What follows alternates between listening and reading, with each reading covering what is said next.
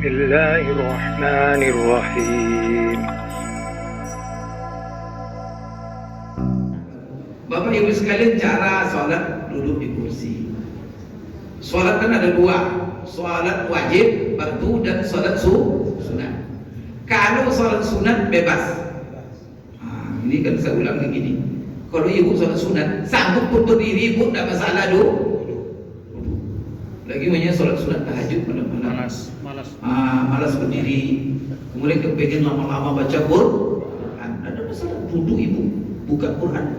Bapak Ibu sholat, baca satu rakaat itu sudah ada masalah. Ulama sepakat memandang Quran kalau sholat sunat tak masalah. Aduh, ibu ya, kalau sholat sunat.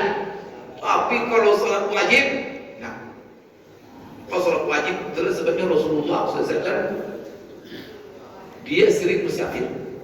Kalau untuk sholat sunat beliau di atas unta saja. Duduk di atas unta itu sholat sunat, rawatib, sholat sunat. Dia duduk untuk unta saja. Sholat sunat dua, sholat sunat malam. Tapi kalau sudah fardu, turun dia dari kendaraannya. Maka di sini diambil ulama beda Bapak Ibu kondisi sholat fardu dengan, maka dalam sholat fardu rukun-rukun itu perlu betul diperhatikan. Maka kalau ibu sanggup dalam sholat fardu itu berdiri saja, tapi sujud susah, tidak bisa, maka ibu wajib berdiri. Maka rakaat pertama berdiri, kemudian rakaat kedua juga berdiri, jangan duduk. Kecuali setelah rakaat pertama tidak bisa lagi berdiri, itu lain hal. Tapi selagi ibu bisa berdiri, wajib ibu berdiri. Sekarang kan kursi. Pertama, posisi kursi di mana? Bapak Ibu sekalian, kalau kita ada uzur sebenarnya untuk kesempurnaan sholat. Kalau kursi kita kadang-kadang mengganggu orang yang di belakang. Karena kalau dibuat begini sehingga saf di belakang susah orang sempurna sujud di belakang umpamanya. Maka lebih baik kalau mengganggu. Kalau kursi kita itu bagus semuanya tidak mengganggu, ada masalah. Itu masalahnya mengganggu saja untuk kesempurnaan sholat dan juga mengganggu orang sekitar. Maka ambil saja di paling sudut. Kalau seandainya kita untuk lebih sempurna sholat orang lain, kan itu tuh. Tapi Bapak Ibu, kalau Bapak Ibu umpamanya juga sholat di tengah atau tidak mengambil sudut, tidak harus. Cuma untuk kesempurnaan saja. Sekarang kedua, bagaimana posisi sholat kursi?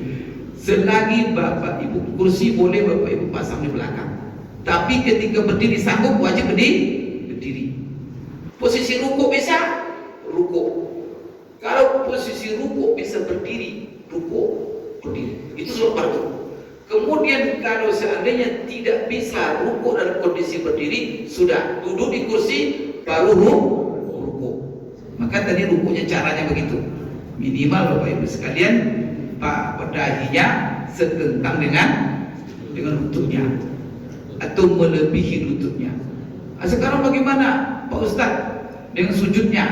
Dengan sujudnya kalau bisa dia turun, kalau tidak cukup sujud sholat di atas kursi tadi. Dia di posisi kursi dia sujud. Cuman saja Bapak Ibu posisinya, kalau seandainya posisinya tadi adalah antara ruku dengan sujud, itu harus dibedakan posisinya.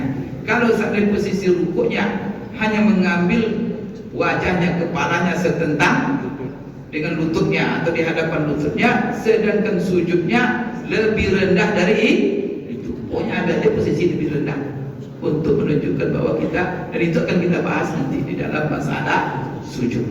Setelah itu nanti selesai sujud, ibu bisa berdiri. Maka selama bisa berdiri jangan duduk aja, harus berdiri. Sebab kalau sanggup berdiri itu duduk ibu, kenapa? Malas saja, padahal sanggup, maka itu bisa terancam sholat kita tidak sah di dalam sholat fardu. Maka di dalam sholat fardu selama bisa berdiri ini Bapak Ibu sepakat ulama salah satu rukun yang terpenting di dalam sholat. Maka sebagai sebab, bahkan apa? Sebagian ulama katakan kalau sanggup dia berdiri sambil memegang tongkat, berdiri dia. Begitu tuh, sambil berdiri dia. Atau sambil bersandar di dinding, berdiri dia. Saking pentingnya masalah rukun berdiri. Begitu ya.